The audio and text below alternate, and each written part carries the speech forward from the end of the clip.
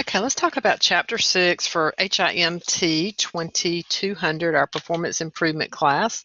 And let me get some information up here on the screen. And Chapter 6 is a fairly short chapter, but an important chapter, because what we're talking about in Chapter 6 is taking all of our work and progress through committees and developing and reporting this information, because ultimately everything that we do as a performance improvement committee has to work its way up to the Performance Improvement and Patient Safety Council, then ultimately up to the Executive Committee and to the Board of Directors. Remember, the Board of Directors for a hospital is responsible for the overall functioning of the hospital within the community. So that board of directors is very interested in what's happening as far as improving things from a performance standpoint. So there was a good little chart here that talks about, the different teams and the minutes and the presentations and reports that ultimately work their way up to the Performance Improvement and Patient Safety Council, then ultimately up to the Executive Committee, and then ultimately up to the Board of Directors. So good little chart here to kind of give you a visual of how things progress and the items that are needed. Look at page 96, and there's a statement there about the Performance Improvement and Patient Safety Council is an example of what we call a standing committee in most healthcare organizations. They're there, they keep working and working and working year after year after year.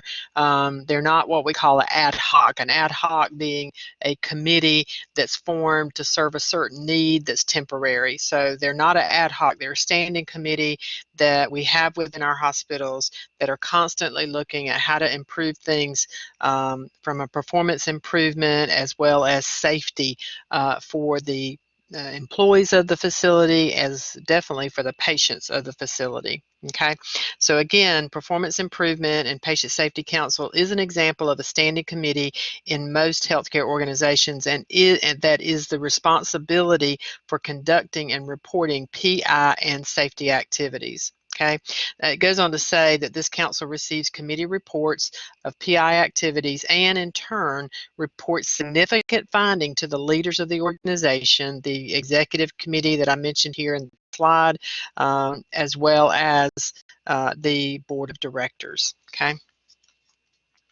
Also in that next paragraph is an important statement. It says evidence of performance improvement activity also is required by various regulatory and accreditation agencies. So not just within our healthcare facility itself, but like the Joint Commission, which is an accrediting agency, Centers for Medicare and Medicaid that we received a lot of funds reimbursement from, they may want to see these reports. So it's very important that in the processes that we have in place to produce reports and results and how we got to that point, that there's a lot of very thorough documentation. The minutes need to be very thorough and detailed. The reports that we generate need to be very, very detailed.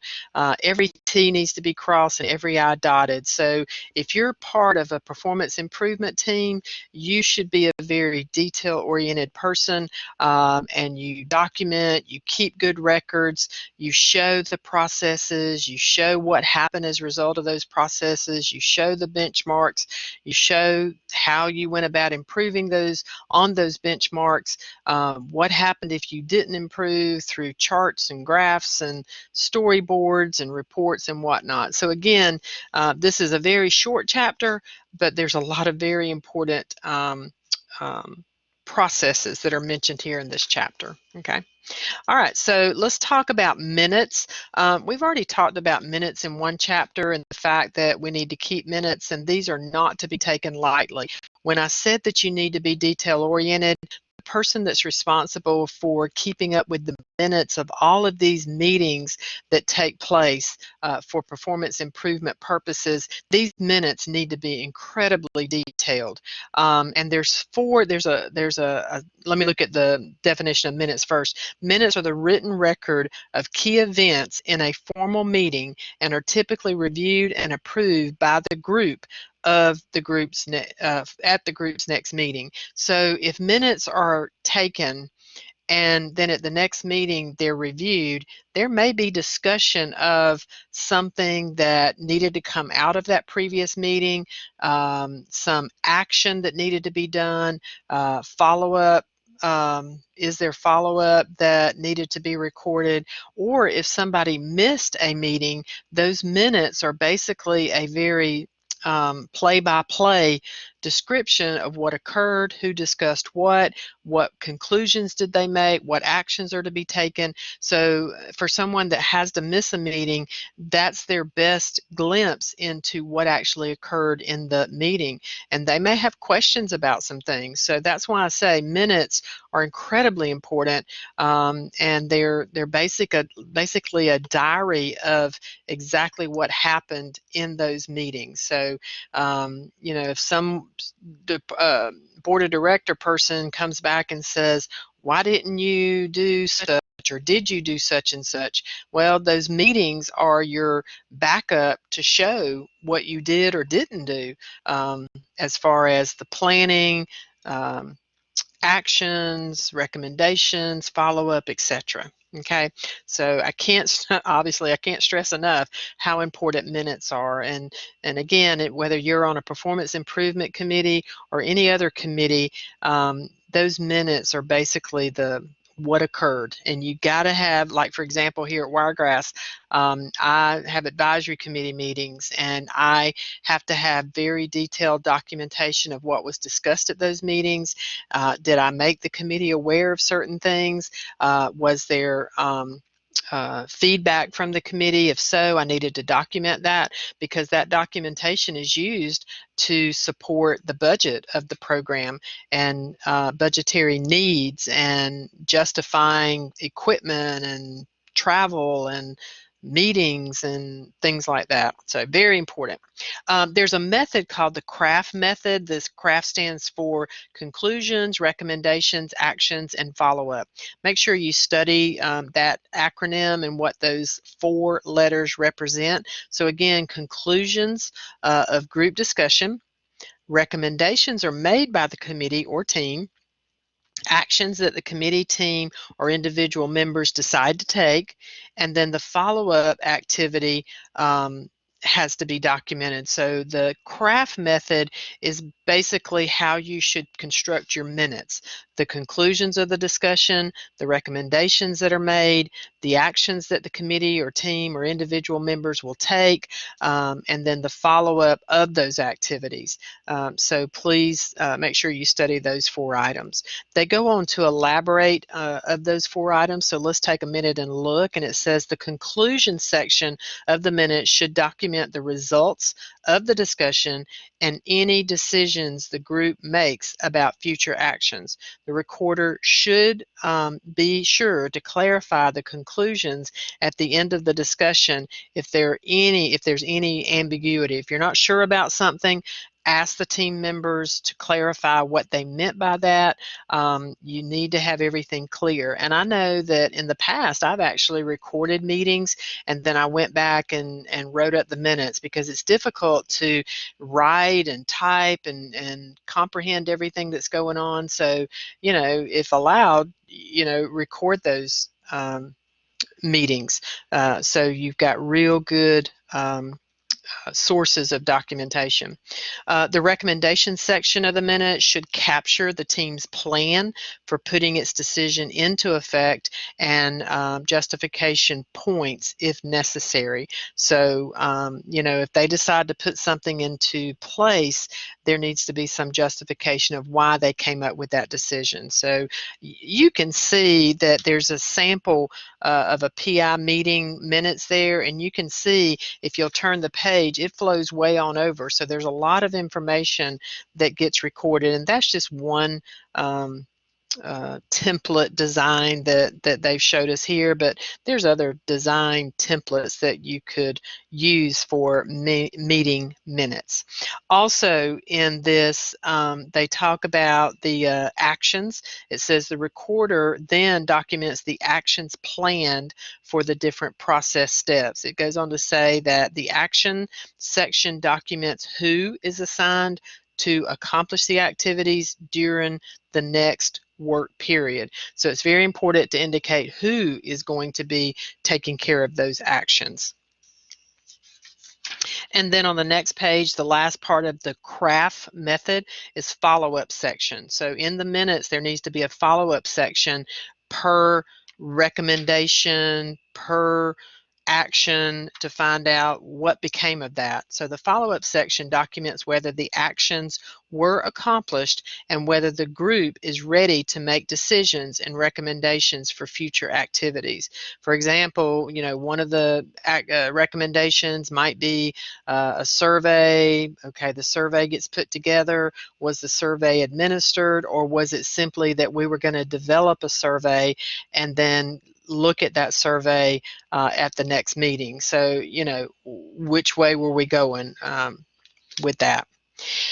Now, another important item that needs to work its way up to the executive committee and board of directors is quarterly reports. And I say quarterly because at a minimum, reports should be generated of what's happening with regard to performance improvement and processes and actions and follow-up, at the very least quarterly. Okay, because we need to keep a handle on this. If you only produce reports on an annual basis, which annual reports are important from a benchmark standpoint, but if you only produce them on an annual basis, again, these annual reports do exist, and they are important to maybe community members and things like that to see how things are going.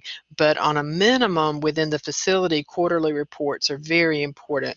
That's every 3 months, so there's 4 quarters in a year. But quarterly reports are based on the documented meeting minutes and should include information about performance improvement activities such as summaries of data collection, conclusions, and recommendations. Okay.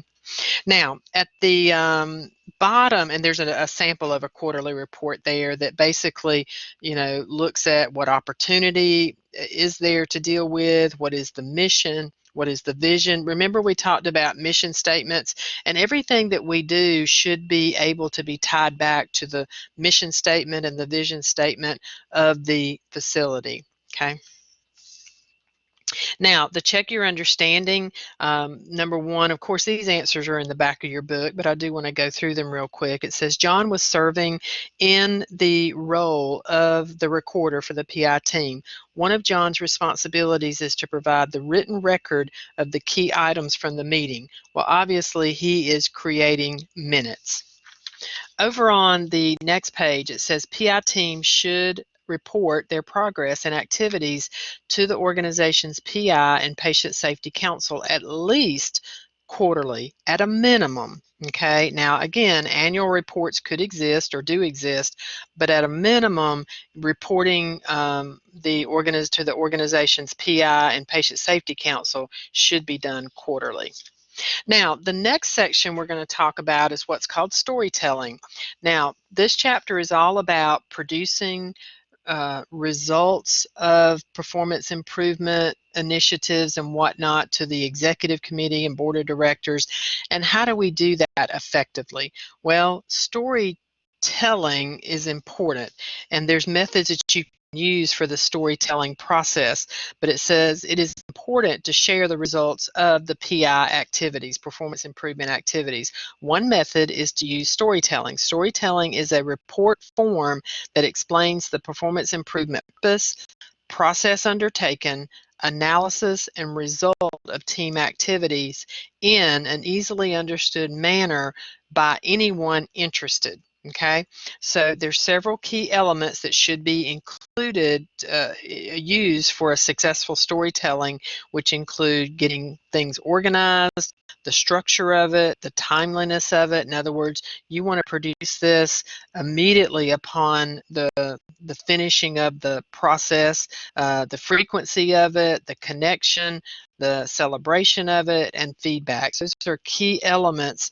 of successful storytelling, and it says storytelling has always been a powerful method of teaching and learning. As human beings, we like to have a story. We like to have visuals included in it. We like to be able to connect the pieces of it and make it make sense in our minds. And effective storytelling does that. One method of effective storytelling is going to be using what's called a storyboard. A storyboard is typically a physical display presentation of a cardboard trifold. It can be created using printouts and documents and graphs and created on a computer. So this process is not a simple, here's a report and there you go. Storytelling and using a storyboard is going to require a lot of time, a lot of organization, a lot of creativity, and it needs to be proofed and looked at very carefully. It goes on to say there that you could use things like Microsoft PowerPoint. Prezi is a one you can download off the internet, similar to PowerPoint, but these are just tools that you can use. The purpose of creating storyboards or presentations is to summarize the entire PI project in a graphic format. As human beings, we're very visual. We like to see charts and graphs and colors and illustrations to help us make sense of things in our minds. So they go on to talk about storyboards and presentations also demonstrate the a growing knowledge of customer needs, and the understanding of gathered statistical data.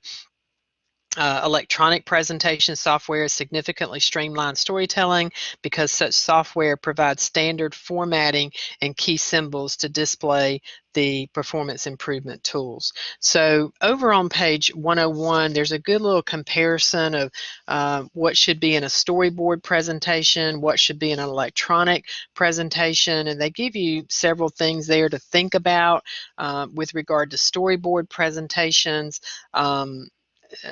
Having clean boards for group presentations and display, keep detailed information in the team record binder for reference. You don't want to be presenting your storyboard and not know all of the data. So have like a notebook of all the factual information right there at your fingertips. Good notes is what I'm trying to say. Plan the presentation to fit the size of the storyboard. Don't make it too small. Use the actual physical size of the storyboard to maximize your information. Use large fonts so everyone can see it. Know where you're going to be presenting that. If you're going to be presenting it in a large auditorium, then an electronic presentation is going to be your better tool. If you're going to be presenting it in a small boardroom, then maybe a storyboard might be your better tool. So they also talk about effective electronic presentations and including headers in each section of the presentation to make sure people know what topic we're on and what we're discussing. Ensure the title is easy to read. Use succinct wording throughout the poster, and don't use words that sound all highfalutin, if that's a word, but use words that everybody knows the meaning of. It's frustrating to be in a meeting. I know I've been in meetings where people will use words and I'm like, I'm not really sure what that means, and so I need to look it up. But don't try to talk above the group that you're in. Talk to the group in words that make sense. Okay, the font should be large enough to be able to be read. Leave some space in your design. Keep it neat and uncluttered. Sometimes less is more when you're putting design elements together, but keep it nice and clean, but interesting looking. Okay.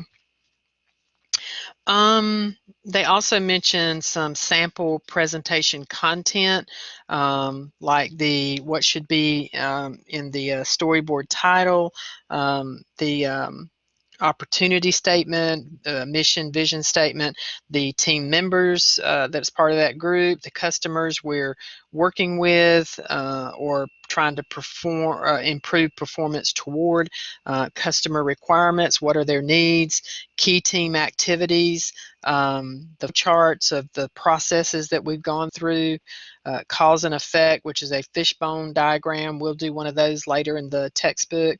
The benchmarks that we're trying to surpass, meet or surpass, the data gather, because with benchmarks, you got to know, okay, what are we trying to achieve? Okay, where are we at in trying to achieve that benchmark as far as percentages, quantities, whatever the case may be. The data gathered and analyzed, Gantt charts. I can't remember if we've talked about Gantt charts yet in this course. We may have. I'm sorry, things get jumbled up with various courses, but a Gantt chart is basically like it's an Excel spreadsheet that shows who's responsible for what in the process, and the timeline that goes with that process. Okay, future plans and goals. So all of these things should be part of the storyboard. Okay. All right, let's move on over to the benefits of storytelling.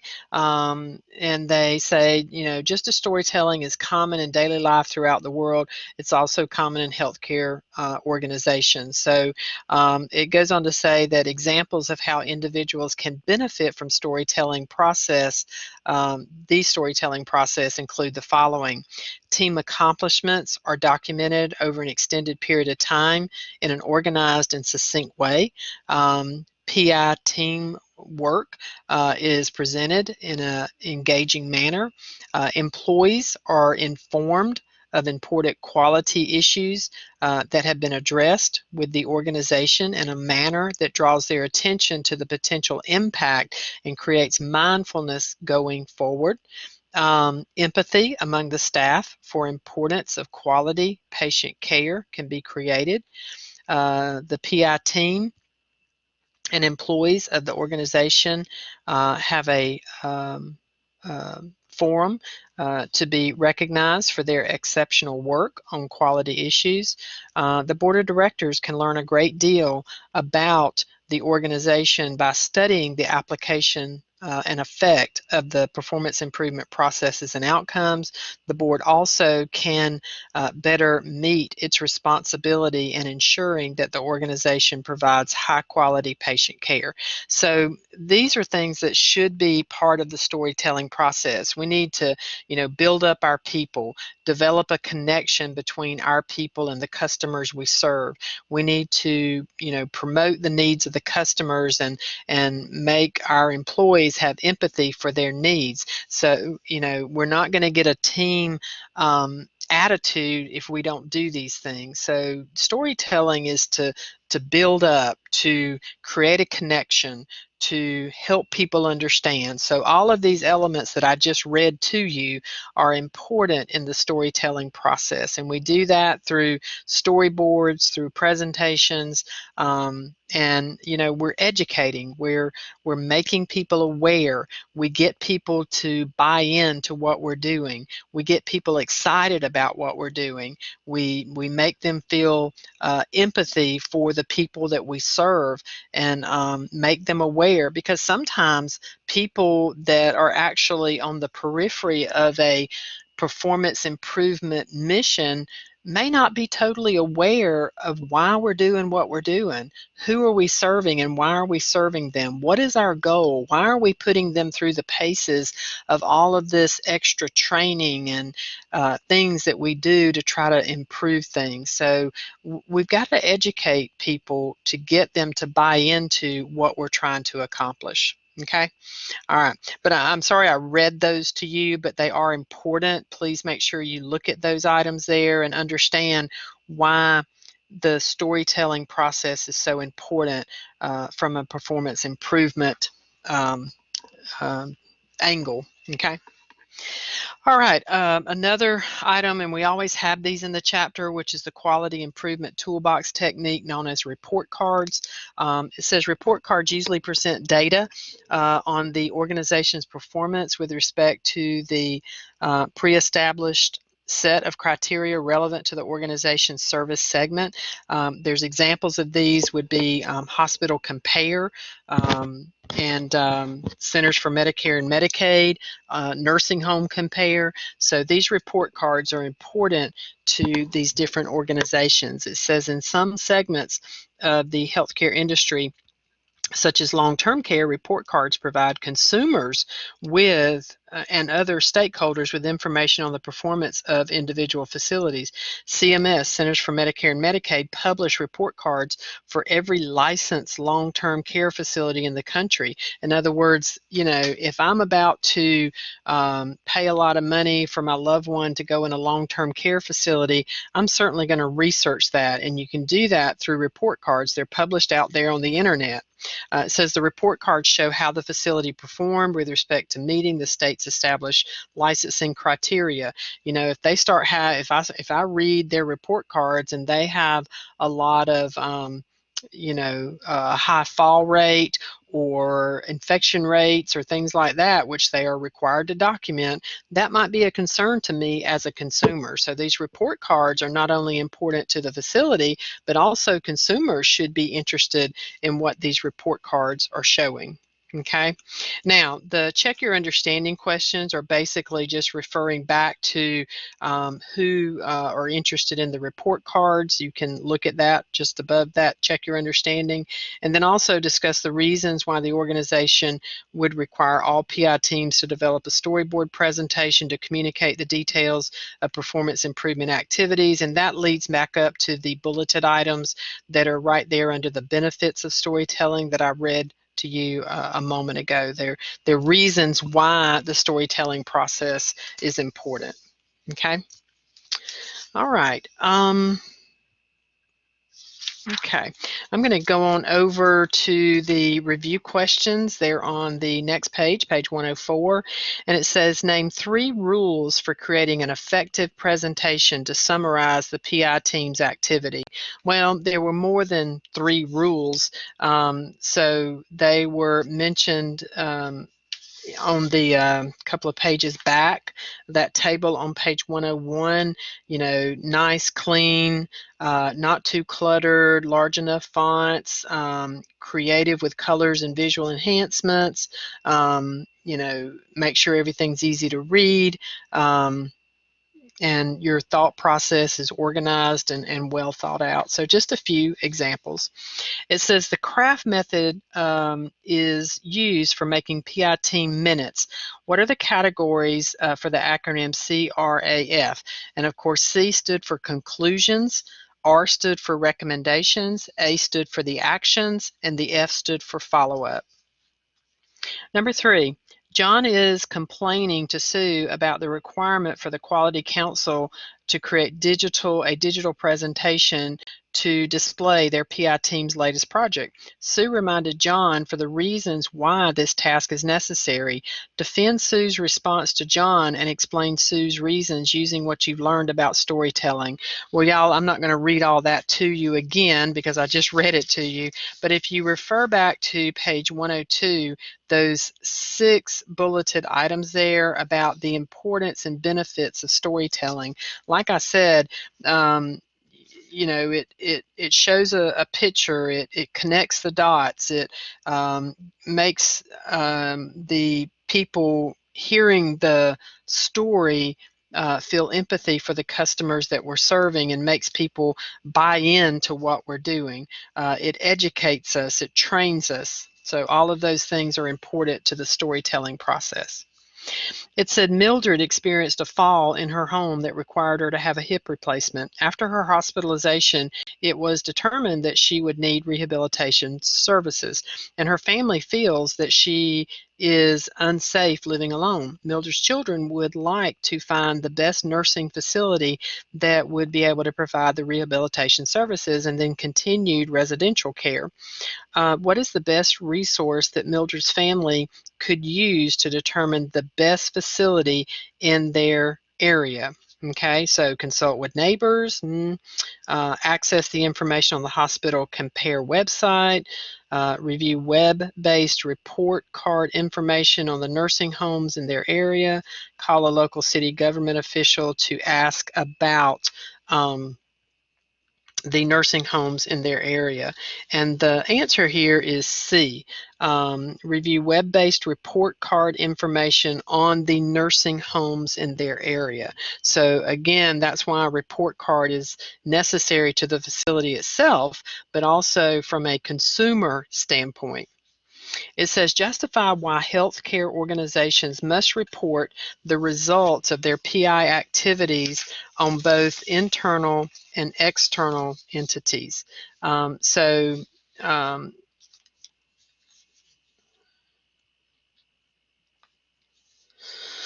so from an internal standpoint, it's important that a facility knows that they're meeting the benchmarks and improving upon those benchmarks. If they don't measure these things, if they don't report on these things, they're never going to know, is there a problem? Are they improving on that problem? And remember, one of the very first lectures I did, there was an illustration that talked about, okay, improving on a benchmark and then setting the benchmark higher, improving on that, achieving that goal, and then setting the benchmark higher. So from an internal standpoint, we're always striving to improve things that we're doing. From an external, we have a reputation to protect. If we're not improving on our annual reports, on our report cards, the community is going to see that, and that's going to have a negative impact on our facility, on our livelihood, on our revenue, on everything. So it's incredibly important that our performance improvement always be moving forward and upward. Okay. All right, so that is chapter 6. So fairly short chapter, but a lot packed into it. So there you have it. Thank you so much.